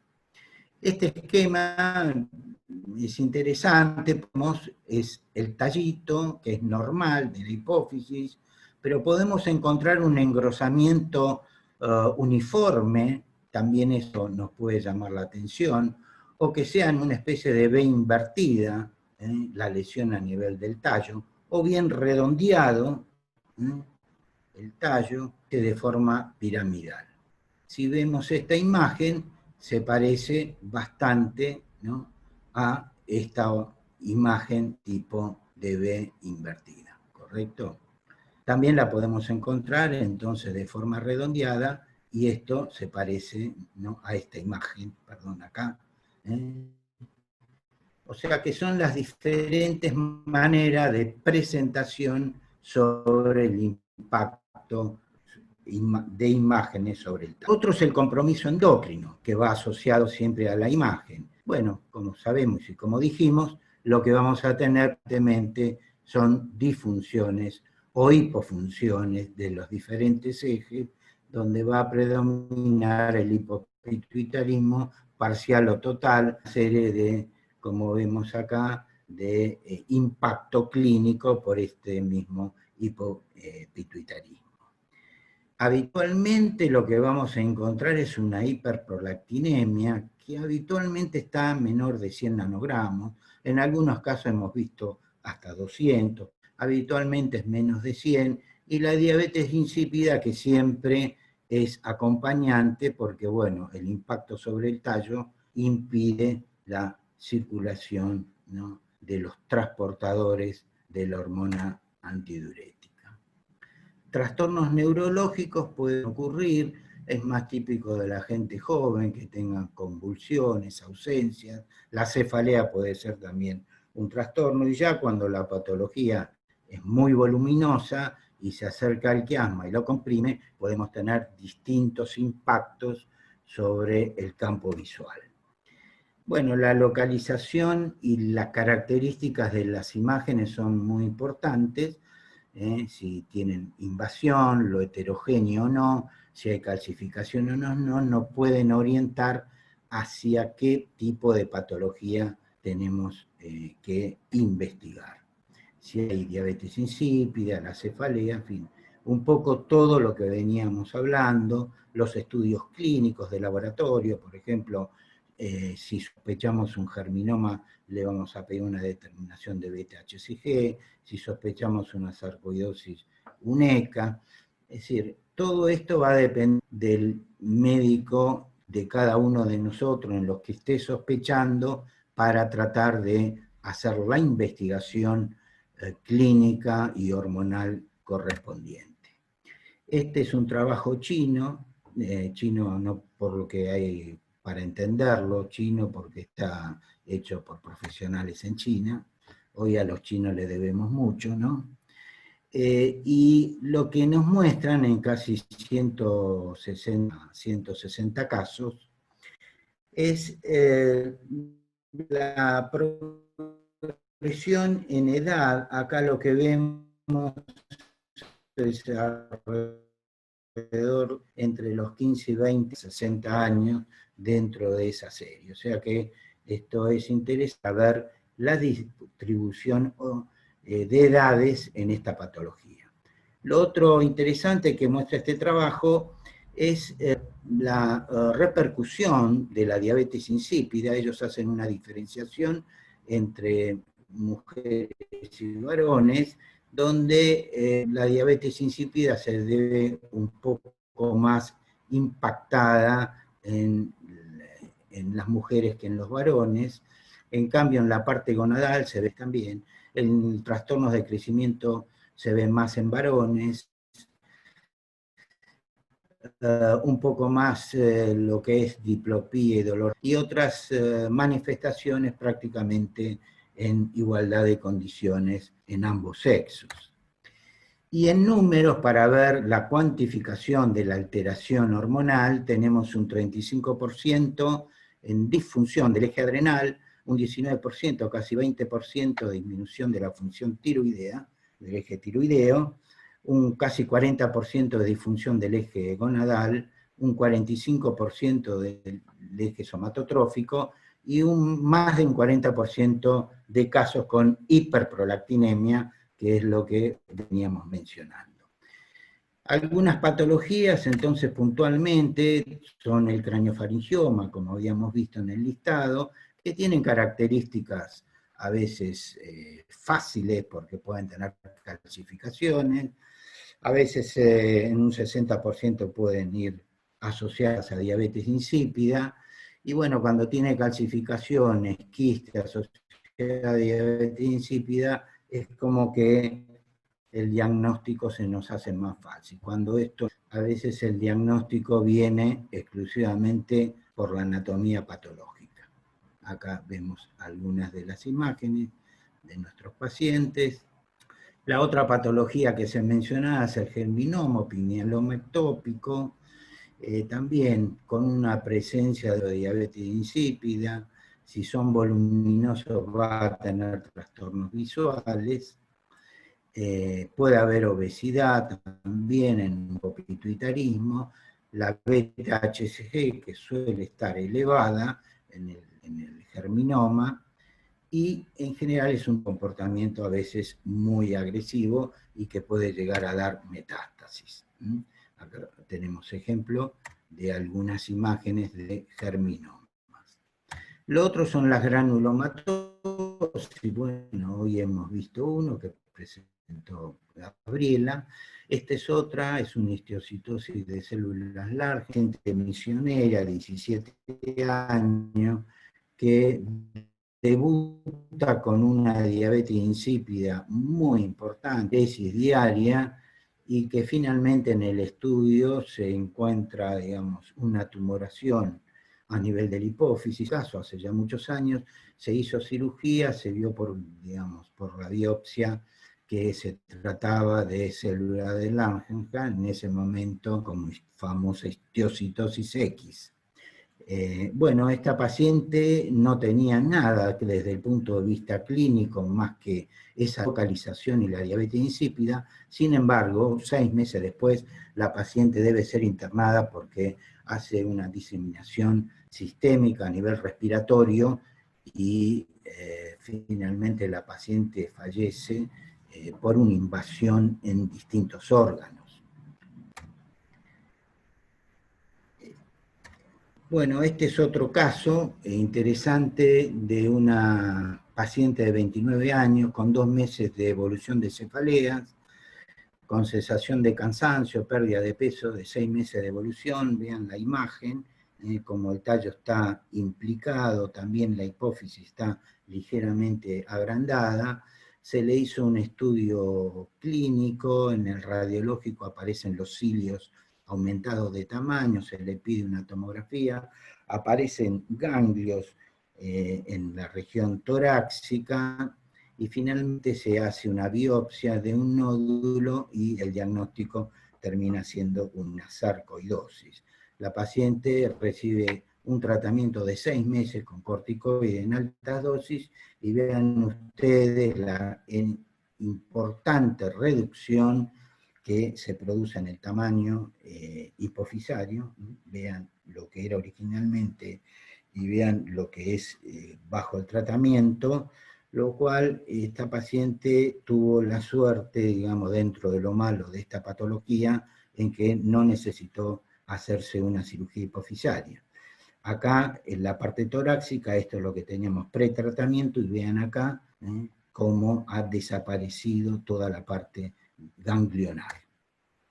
También tenemos los quistes de la bolsa de Rathke, más o menos tenemos las mismas presentaciones clínicas, el panhipopituitarismo, puede haber trastornos a nivel visual, puede haber cefaleas, obviamente, y muchas de estas requieren, estas están dentro de las que, digamos, vienen como herencia, ya no es algo adquirido, congénito, y a veces requieren de cirugía por el fenómeno compresivo puntualmente, si no lo ideal es hacer un control y no operarlas. Bueno, acá tenemos una imagen quística, la típica vellosidad de los quistes de la bolsa de Rathke. Esta es una paciente también de 28 años, con un quiste de la bolsa de Rathke. Este es un quiste epidermoide de la misma región celar, son más raros. Y finalmente llegamos a las metástasis. Este es un punto más que importante, porque muchos pacientes debutan como primera lesión en el tallo hipofisario o en hipófisis de una metástasis, cuando no se sabe del primario o no tenía ningún tipo de antecedente. Lo más frecuente es el CA de mama, el CA de pulmón en el hombre. Puede presentarse con diabetes insípida en un 50%, algún grado de hipopituitarismo, puede haber dolor retroviral, dependerá del tamaño. La cirugía está indicada y no está indicada. Si es algo que está generando una gran compresión de la vía óptica, ahí estaría indicado, pero como sabemos, en realidad lo que tenemos que buscar es el tumor primario. Lo que ocurre es que a veces, si uno no lo tiene claro, puede que la tendencia sea operar para que después venga el resultado de la anatomía patológica, hay que buscar el primario. Lo ideal es adelantarse a eso, evitar la cirugía y buscar, digamos, la lesión primaria. Pero muchas veces esas circunstancias no se dan, y entonces viene por la anatomía patológica, por la biopsia, la confirmación de que esto es realmente una metástasis a nivel de la hipófisis o del tallo hipofisario. Este es un caso del hospital, de una metástasis de un CA de pulmón a nivel del tallo. Acá sí se hizo una cirugía, había un enorme compromiso visual. Finalmente, el cuadro, después se supo que esto era el primario estaba a nivel de pulmón. O sea que el primer dato fue a través de la cirugía. También hemos tenido casos de CA de tiroides, metástasis de colon, los metástasis de mama, y también las hipofisitis linfocitarias, como vimos, que también pueden implicar el tema activamente, aunque es mucho más raro. O involucra la adenohipófisis y el mismo tallo. Y finalmente, para terminar, este cuadrito que me pareció interesante, como el otro de hipofisitis, porque bueno, resume un poco digamos, la sospecha que uno tiene que tener, el alerta frente a la patología en una lesión de tallo. Ver si tenemos deficiencias o no hormonales, cuál es la clínica que el paciente presenta, que si hay algo que nos hace pensar en algo congénito, si es algo que podría ser específico o no específico, con lo cual hay que considerar toda una serie de estudios para descartar las patologías. Se puede hacer hasta punción de líquido cefalorraquídeo, si uno está pensando en un germinoma, por ejemplo. O sea que cada una de estos pasos lo que trata es de llegar al diagnóstico de, digamos, de la enfermedad primaria y evitar ir hacia la lesión, hacia la hipófisis o hacia el tallo para operarlo, para hacer una biopsia. Esa circunstancia quedaría solamente relegada cuando no hay otra condición para que así lo sea. O sea que siempre tenemos que estar atentos a ver si podemos distinguir entre lo que es una lesión propia del tallo o que deviene entonces de otra patología que está impactando sobre el tema del tallo. En este momento en el Departamento Neuroendocrino de la SAEM se está haciendo un trabajo sobre metástasis, sobre la región hipotálamo-hipofisaria, que creo que va a ser también algo interesante los resultados, pero bueno, son todos elementos que sirven para alertarnos un poco y estar pensando en todas estas posibilidades de patologías que pueden impactar sobre el tallo y que en realidad, insisto, provienen de otras de lesiones o que no tienen que ver con la hipófisis o con el tallo exactamente. Bueno, hasta acá, gracias. Después veremos las preguntas y las dudas, simplemente un pantallazo para ver un poco resumen de lo que es la hipofisitis y las impactaciones sobre el tallo hipofisario, en concordancia con esta patología tan rara y tan interesante como es el Chester, que nos mostró Gabriela, que realmente es algo muy raro de ver. Creo que hay 500 o 600 casos solamente publicados en el mundo. Bueno, muchísimas gracias por la atención. Muchas gracias, Marcelo. Excelente presentación. Invitamos al doctor Labarda si quiere hacer alguna contribución, algún comentario.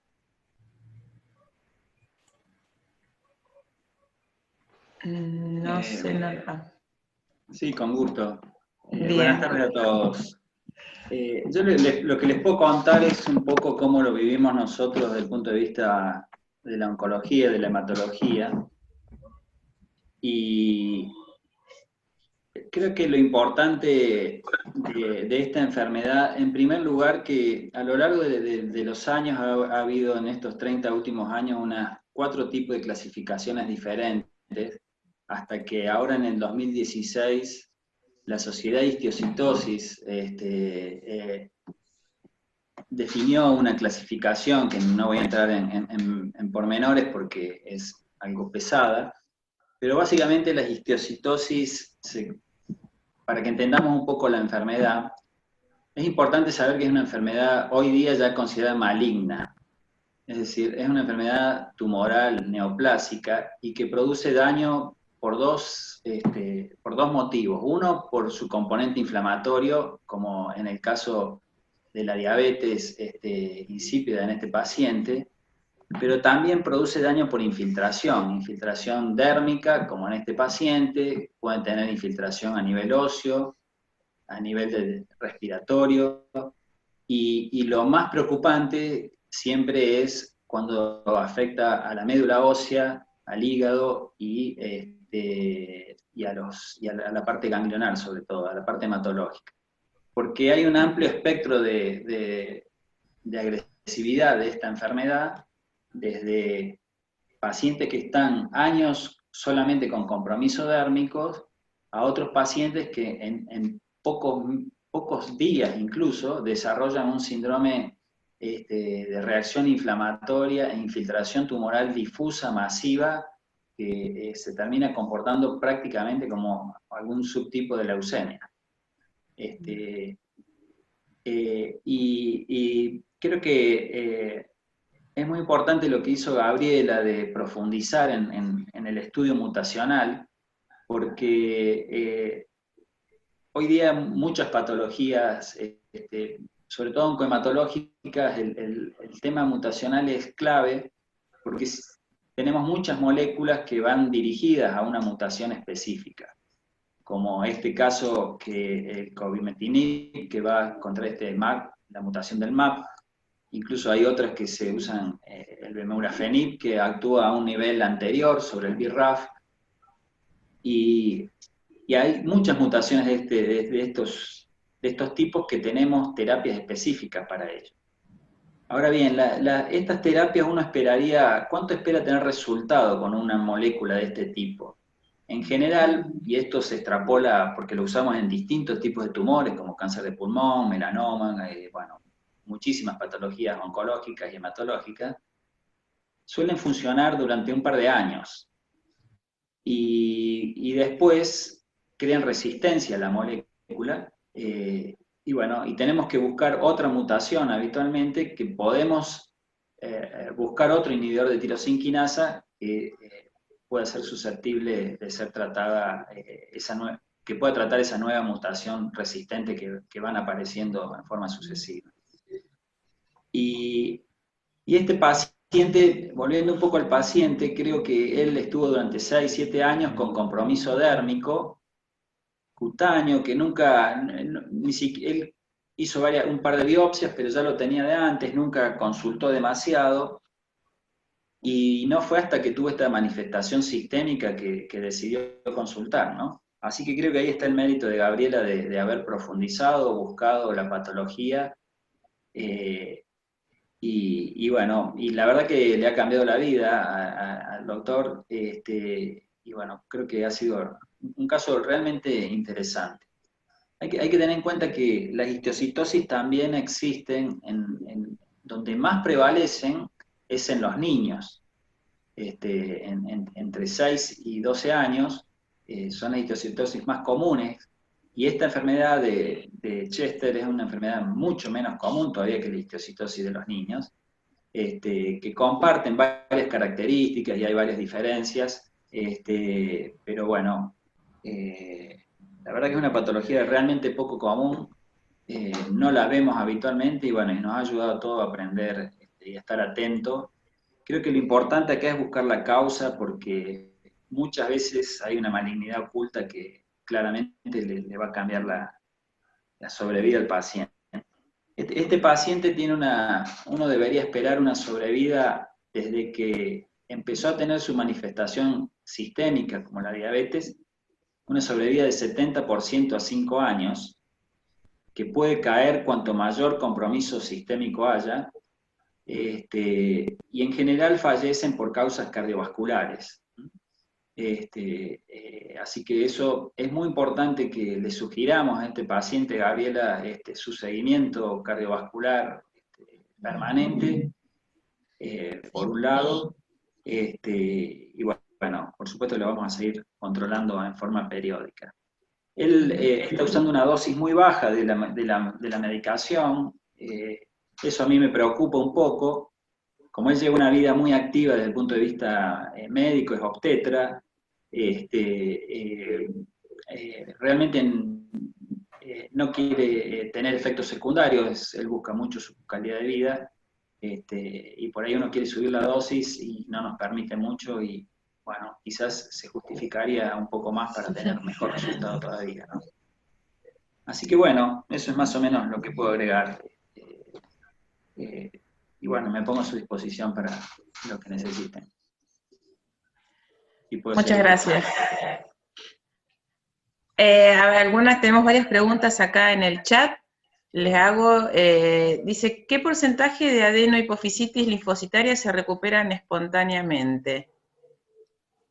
No sé si Marcelo Vitale. Bueno, la recuperación es aproximadamente alrededor de un 30% de los casos. Esto depende de los grupos que tengan experiencia. En algunos casos persiste en forma permanente, pero es como que hay cierta compensación en el funcionamiento hipofisario y de alguna manera parecería que la patología está resuelta. Quizá lo que no hay es un mayor crecimiento y se mantiene o se reduce por la misma fibrosis el tamaño, digamos, de lo que sería la parte de engrosamiento. No sé si contesta la pregunta. Acá hay una del doctor Noblois para Marcelo, no sé a cuál de los dos, dice, ¿plantearías algún screening para hipopituitarismo en pacientes que reciben tratamiento oncológico que pueda producir hipofisitis?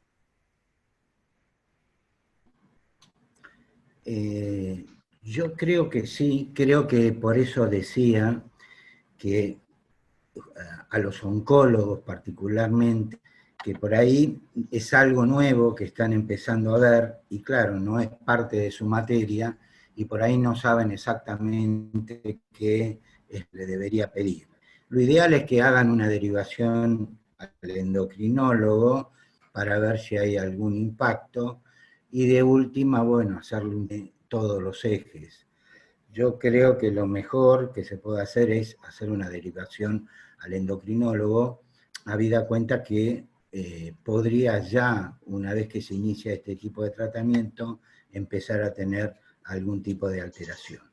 Por supuesto que esto queda a criterio del profesional actuante, de los oncólogos, pero bueno, un mínimo perfil hormonal para no andar derivando al paciente podría hacerse, y ya con eso creo que algún dato puede tener como para ayudar más a hacer una derivación. No sé qué opina el doctor Labarthe al respecto. Sí, le cuento, nosotros dentro de los tratamientos disponibles, ustedes saben que usamos la quimioterapia, los inhibidores de tirosina quinasa, la inmunoterapia ahora, como estas moléculas que hablaba el doctor Marcelo, y la verdad que dentro de la inmunoterapia es donde más efectos secundarios endocrinológicos tenemos, y la inmunoterapia da los efectos endocrinológicos en general en los primeros 6 meses de tratamiento. En general son tratamientos de 2 años de duración. Así que lo vemos en los primeros 6 meses a todos los efectos secundarios indeseables de la inmunoterapia. Y los más frecuentes son los endocrinológicos, justamente, que pueden ser graves o no tan graves, pero el más común de todos es el hipotiroidismo. Entonces nos lleva a que permanentemente tengamos un screening sobre la tiroides, y a partir de ahí, casi mensual le diría, y a partir de ahí derivamos inmediatamente, tratamos de derivar al endocrinólogo. De por sí, hace 15, 20 días hicimos una reunión con los endocrinólogos, que no sé si alguien de ustedes la quiere comentar, Gabriela o Patricia, lo que quieran. No, básicamente fue eso, de hacer, de hecho, ingresarlos en un protocolo a todos estos pacientes, como para ya desde un inicio, desde que antes de recibir o de iniciar la terapéutica, tengan un estudio endocrinológico basal, como para saber qué grado de compromiso tiene después en el seguimiento. De hecho, ya lo incorporamos al sistema informático como para que incluso los mismos oncólogos sean los que lo pidan, y si llegara a estar alterado, en el seguimiento nos lo deriven. Pero sí, incluye todo un perfil hormonal bastante completo, ¿sí? Ejes hipofisarios, tiroideo, gonadal, es bastante integral. Como un protocolo, digamos. Sí, Ya sí, sí. Está protocolizado, me parece perfecto. Sí. La doctora Mariela Barsaski, si querés abrir el micrófono y haces tu consulta, por un caso tiene un paciente con hipofisitis de poligen 4.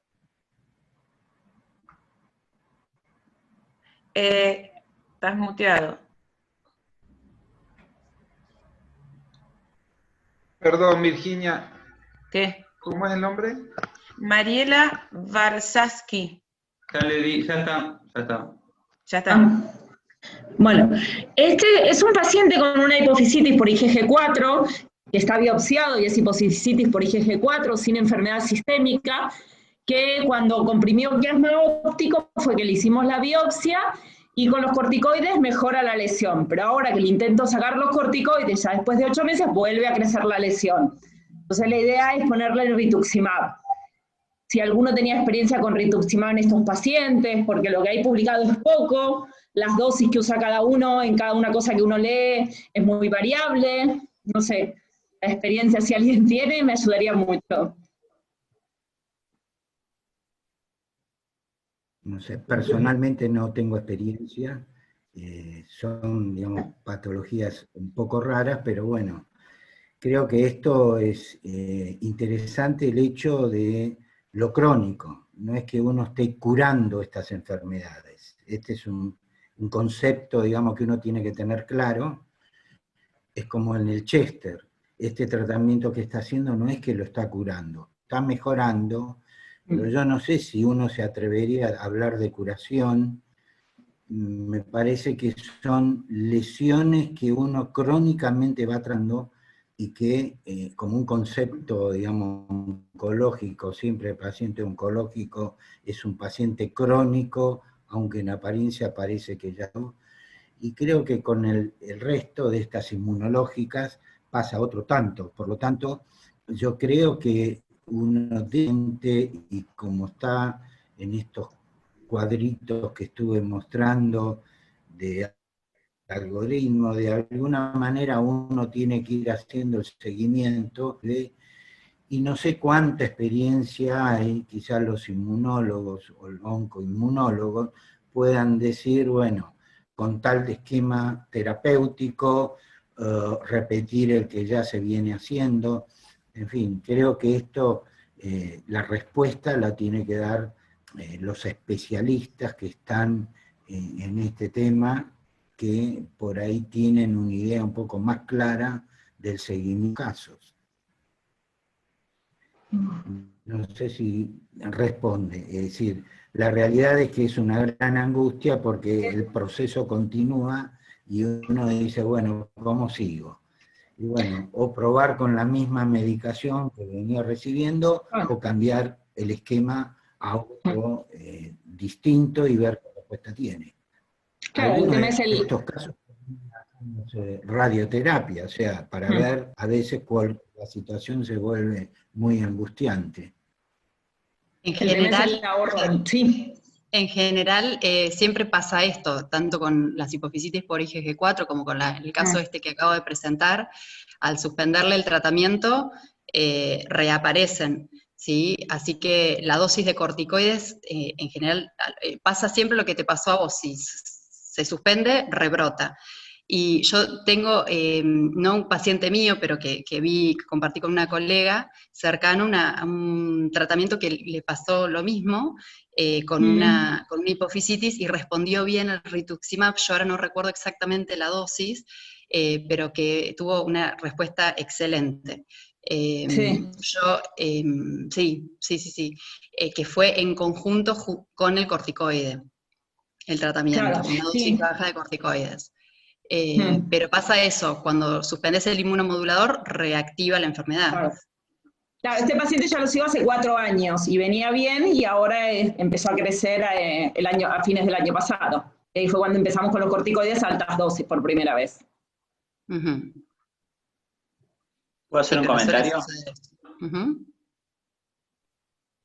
Usted, sobre rituximab, yo no voy a hablar de hipofisitis ni nada de eso, pero ustedes saben que el rituximab se usa para linfomas y nació una droga que nació para eso, y bueno, la verdad que lo usamos bastante. En varias patologías hematológicas también, que tienen una etiología inmune, como puede ser esta hipofisitis, tu caso, la dosis que se usan habitualmente son de 375 miligramos metro cuadrado semanal por 4 semanas. Ese es un esquema, y el otro esquema es de 375 miligramos metro cuadrado cada 21 días, en forma mucho más crónica, ahí sí ya cronificándolo. Quizás lo que te pueden ayudar también son los reumatólogos, que lo usan en muchos procesos inmunes también, quizás puedes hablar con ellos para extrapolar experiencia, porque no hay demasiados esquemas en leucemia linfática crónica, por ejemplo, nosotros usamos un esquema más agresivo todavía, pero bueno. Un aporte nada más. Una pregunta para el doctor Vitale. Dice, ¿cuándo indicaría el uso del PET scan? Bueno, el PET scan lo vamos a utilizar cuando estamos primero investigando en mente alguna patología de tipo sistémica. O sea, si primero haríamos todo, descartaríamos del laboratorio, haríamos la tomografía o resonancia correspondiente por hacer un PET scan en el caso en que, como ocurrió con la histiocytosis, por ahí para encontrar algo en ese sentido. Ahora, yo frente a el planteo, creo que si yo frente a una imagen que tengo dudosa y no sé si es un adenoma de hipófisis, le voy a hacer un PET scan, me parece como demasiado. Creo que ese es un estudio que finalmente viene después de descartar otras patologías y entonces, bueno, iría a la búsqueda de algo sistémico y quizás ahí puede ser que esté indicado la utilización. No lo veo como un screening, la utilización del PET, me parece, en este punto. Bien, y una última pregunta para Gabriela, que pregunta si el comitimib solo actúa si está presente la mutación en la quinasa 2, en la MAP2. No, tengo entendido que no. De hecho, se usa en forma combinada de un inicio, se probó en forma combinada con el bemurafenib, que en general son pacientes que estaban mutados con la mutación BRAF V600E. Doc Labarda me corrige si me estoy equivocando, pero en general no necesariamente. Después se empezó a utilizar en pacientes que los conocidos como wild type, los que no tienen la mutación BRAF V600E, con buenos resultados. Pero no es excluyente.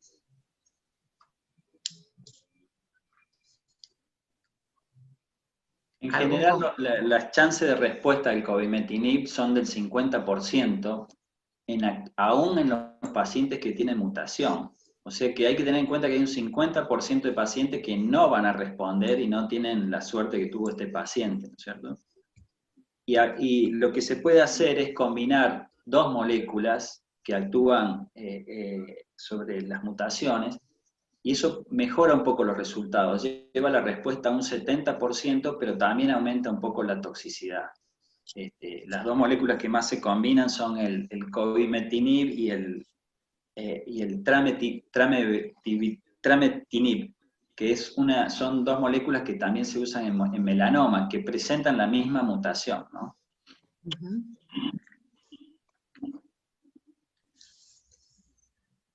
Bueno, muchas gracias a los disertantes, las excelentes presentaciones, contribuciones. No queremos olvidar antes que se vaya, agradecer a la industria, que el laboratorio Gador y Montpellier, que nos han ayudado para concretar estas actividades. Y doctor Noblovitz, ¿alguna cosita más? ¿Algún otro aviso? Estás muteado.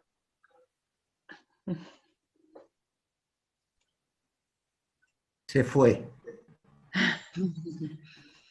Nos abandonó. No lo veo, ¿eh? Está, pero no, está cerrado, tenés cerrado el micrófono. Ahí está. Sí, me tienen que habilitar, si no me habilitan. Ahí está. Sí. No, me parece que, nada, destacar qué rico que es la actividad interdisciplinaria, ¿verdad? La verdad que, gracias al doctor Labarda, porque, bueno, me parece que aprendemos de cosas que habitualmente no profundizamos. Y finalmente esperarlos en el próximo Ateneo, que es un Ateneo especial de FACEN, que es el 29 de septiembre, como dijimos, para hablar de síndromes hipofosfatémicos a través de casos clínicos. Y bueno, agradecerles la presencia a todos y por supuesto a los disertantes y especialmente a SEMCO, que ha actuado como filial anfitriona, con una excelente, la verdad, excelente presentación. Así que, bueno, muchas gracias, buenas noches. Muchas gracias. Pueden ir a comer. Saludos a todos. Y nos vemos pronto. Gracias, Virginia.